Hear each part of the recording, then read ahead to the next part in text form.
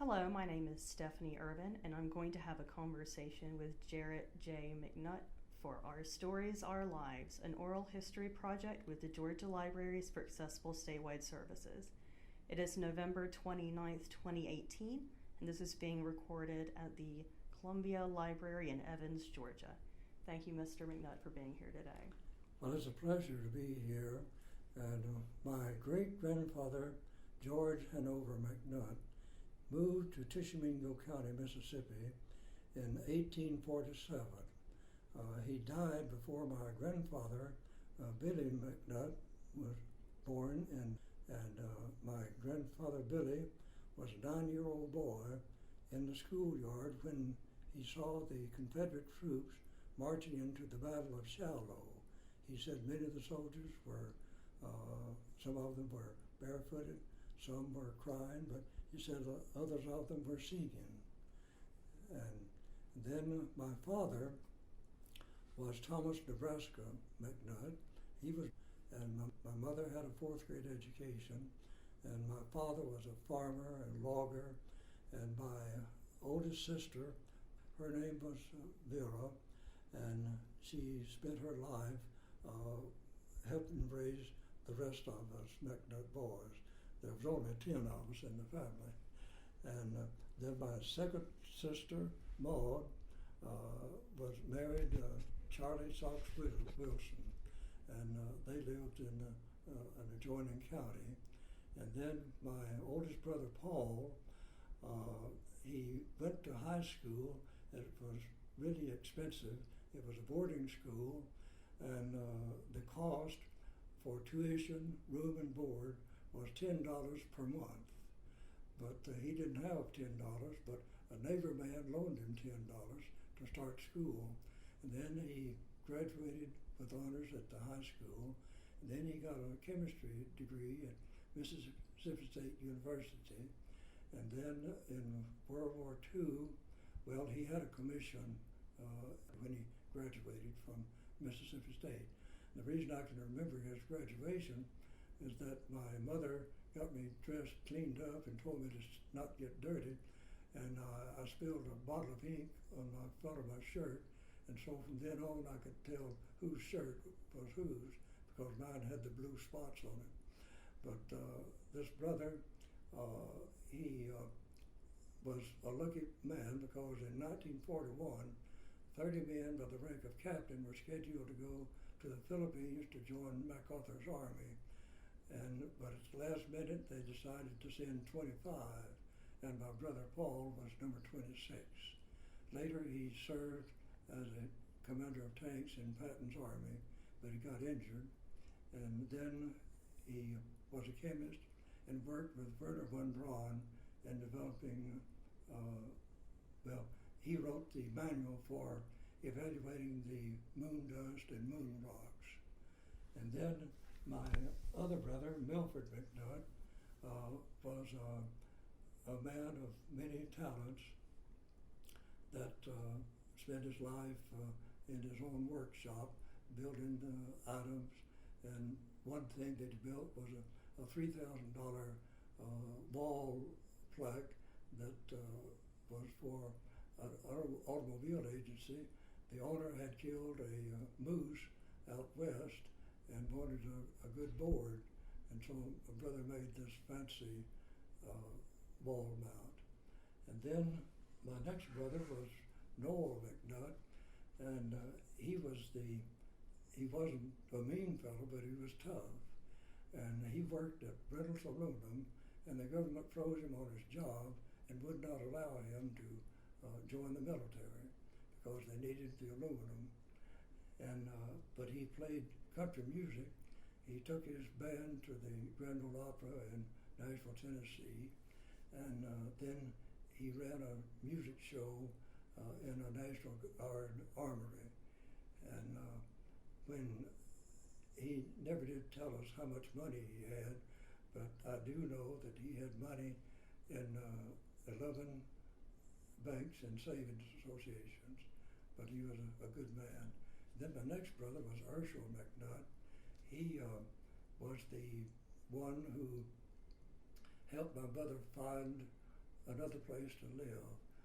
My father died, and I was born in December, and we lost the farm that we were on, and a widow woman and a bunch of boys are not very welcome on a landowner's land, but a club-footed doctor allowed us to move to his large farm in the backwoods, and we moved there and made a good crop. But my mother wanted us to go to school. She had, as I mentioned before, had a fourth grade education, but she had a PhD in determination. She was a quiet lady, but she knew how to manage boys and girls. And so we moved to another farm. My 18-year-old brother Urshel took the mules and hauled logs to a sawmill and sawed lumber on our cousin's farm about 1 mile south of Tishomingo, which had a good consolidated school. So we moved there, and we went to school and farmed. And when I was 10 years old, I was picking 200 pounds of cotton a day. And my sister, Christine, was one of my sister that worked along with us boys, and I'll talk about her later. Then my brother Shervin took over the leadership of the family, and we bought a team of mules that had not been broken, but the neighbors said, those mules will run away with you kids. But we taught the mules how to pull a wagon and how to pull a plow, and got along with them beautifully.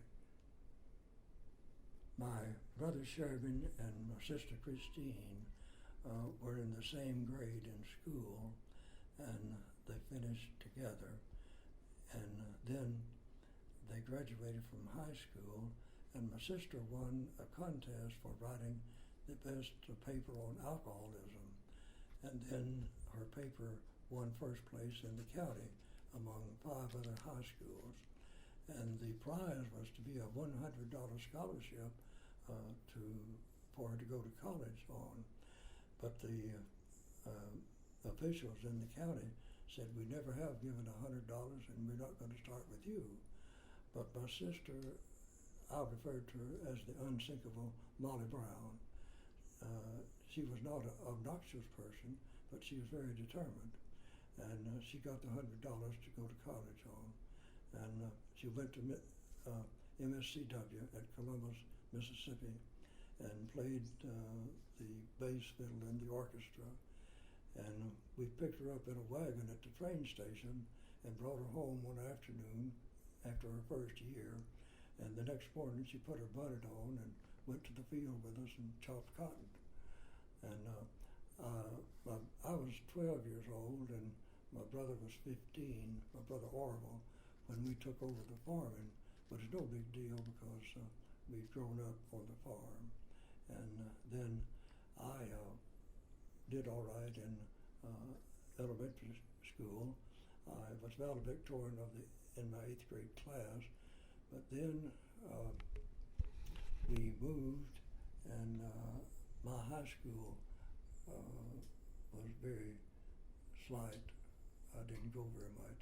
I would go days we had ball games, and then Uncle Sam called me to go to the Army, and I reported over here to Camp Gordon here in Augusta, and took me infantry training, served overseas, and then came home, and I was going to be a minister. I decided I was going to be a minister when I was 16 years old, but I didn't know where to go to school, but I got enough information that I found out that I needed to get a college degree before I went to seminary. But in the hill country, the most education that we ever had of a minister was that his hound dogs treat a rabbit in a vacant school. And that sounds ridiculous, but we just did not have educated ministers that I grew up with. But I went to Mississippi College, and it didn't take me 4 years. It took me a little over 2.5. But then I went to seminary in Louisville, Kentucky, and picked up another degree after 3 years. Then I took an additional year of training at the Winston-Salem Hospital. And then my first job was at the 3,100 patient mental hospital in Pineville, Louisiana. And we lived there 9 years. And then I moved to Missouri, and a psychiatrist that worked with us, where I worked with in Louisiana, became the principal or the head doctor at a hospital in Missouri. So I moved up there, and I was there for about 10 years. I am a certified supervisor in the clinical pastoral care organization. This organization is designed to educate ministers so that they can be more effective in their churches. And I might say that it is somewhat like what you do in the medical field when a medical student gets a college degree, then 4 years of med school, then he takes an internship. We follow that same pattern in theological education. For example, my interns had to have a 4-year college degree, a 3-year graduate degree, plus experience, and pass the McNutt test. And the McNutt test was very simple. Do you want to get in and work and study and make your reports and respond to the situation, or do you want to sit around drinking coffee and bat the breeze? And if they wanted to drink coffee and bat the breeze, I did not and would not have them as students. And it was a rare privilege to walk along with young men and women who were devoting their lives to Christian ministry. I had Jewish rabbis, Catholic priests, Catholic theologians. I'm Southern Baptist myself, but what I did not grant degrees. Their seminaries are the ones that gave them their degrees, but I could provide the training. And this is a broader step in theological education. It's simply taken a person who has read a lot of books and has a lot of knowledge, but then how does he apply that knowledge to the people, real people? How does he get along with them? How does he relate to them? And many pastors are very effective and never had a day of CPE in their lives. They don't need it because they know how to meet people, they know how to greet them, they know how to share what we call the gospel or the goodwill of the Bible. But it does help young ministers learn how to be more effective quicker. And so that's been my career in theological education. It's been a pleasure to walk along with men and women of different denomination. They didn't try to convert me, and I didn't try to convert them to be a Baptist, but it was a delight to see how many different people have so much in common. And this has been a wonderful career, and I've enjoyed it thoroughly. It's hard work, but very rewarding. While in graduate school in Louisville, Kentucky, one of my friends was bragging about a pretty little nurse that he had discovered. And I thought he was just bragging. Boys do brag about their girlfriends. But sure enough, I found out he was telling the truth. And so I found out that he was an honest fellow. And so we started dating, and we got married after a short courtship of 3.5 years. And we moved to Louisiana, and our daughter was born about a year later. And then a little year later than that, the second daughter was born, And when the second daughter was 5 months old, my wife was diagnosed with tuberculosis and was hospitalized. And she was hospitalized for a period of 8 months and would have been longer, but they made arrangements so that she could be followed by a physician at our own hospital, which she did. And this physician was excellent and helped her along real well. The thing that I discovered that there's a lot of work involved in taking care of children. I was accustomed to doing heavy labor back on the farm and could do that and did do it, but when you make bottles of milk and fold diapers and do a dozen other things, taking care of babies, you wind up at about 10:30 at night exhausted. And then you get up the next morning and fix breakfast and go to work and so forth. So but we found a babysitter who was a large lady from Texas, and she and her daughter needed a place to live while the daughter finished at college, which was nearby. And this lady came into the household and took over, but she never one time gave me advice as to how to raise my babies. And she was a lady of quality and stayed with us even a month or two after Vera came home to make sure that Vera was well taken care of and that we made it all right. And one time when I tried to travel 45 miles to find a lady who needed a job desperately, and finally she said, if your mother was living with you, I would come and live with you. We lived in a big house, and there was a separate apartment in this house where a lady or a family could live and work for taking care of the babies and preparing meals for me. And this lady from Texas, if she ran short of food for the evening meal, she'd go to neighbor's house and borrow something. And she was a delight. And one time when we had visited a lady who needed a job, and she said, she's the one that said, if your mother was living with you, I'd come and live with you. Anyway, when this daughter was, I guess she was about 3 years old, and the younger baby was asleep I'd already put her to bed, and then this daughter spoke up and said, Daddy, we do not need a lady. And that made me feel good. But we did need a lady to run the household and take care of things.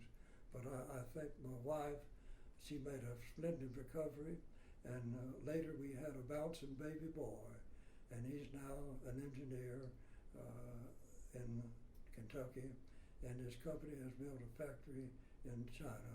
And my second daughter was the WMU, or the Women's Missionary Union of the Association of Churches in Mobile. There's 146 Baptist churches in Mobile, and the women's organization is, she was president of it for several years, and she works as a nurse. She's a registered nurse and retired last year, but she's continuing to work. And this daughter is a teacher, and she takes care of Vera and I now, and she and her husband and her 2 sons, and she won't tell you about it, but she has 5 months old great grandsons. They're twins, and they have an older sister who is almost 3 years old now. And so we had a wonderful time Thanksgiving. I told them that Vera and I had won the jackpot. And I said, proof of it is these little ones and my daughters and my son and grandchildren and great-grandchildren. I want to say that I'm only 92 years old, and the Veterans Administration considers me legally blind, and I do take shots in the eyes once a month to maintain what little vision I have. And I am being treated also for a lung deficiency, and I walk with a walking stick, and the VA is planning to give me a wheelchair, but I resist using a wheelchair, but I do need one when I stir around very much. But I find that life can go on in spite of my difficulties. And fortunately, my daughter and her husband and her 2 sons and one of her grandsons is 10 years old, and the other one is 4 years old, and they are a delight. And the 10-year-old assists me everywhere I go. He'll open doors for me and help me stand up, and he'll run and get my walking stick for me. He does things without me asking, and he's a pleasure to be around. He does well in his schoolwork, and he's the son of her second son. And she has 2 sons, and the other son manages a restaurant for a living, and he's a delight, and he's the one that has the twin boys and the little girl that's about 3 years old, and they live here in the area. And so my wife and I do indeed feel blessed, and we thank the GLASS organization for their splendid cooperation with me. All I have to do is call in what books I want, and they come within a day or 2. And I usually have more books than I can read at one time, but I read them and put them in the mailbox, and it's a blessing indeed that I deeply appreciate. And I find that Vera and I are not accustomed to being waited upon, but now at this stage in our life, we have to be waited upon, and it's a different lifestyle, but we appreciate it very much. And she and her family does unbelievable things for us, and our neighbors do the same thing, and it makes life enjoyable and helps us tremendously. So I want to say that if anyone has had difficulty with handicap, their injuries or whatever, that life can go on. And so I am very thankful for what the Veterans Administration and other organizations are doing to assist me and my wife in living more comfortably.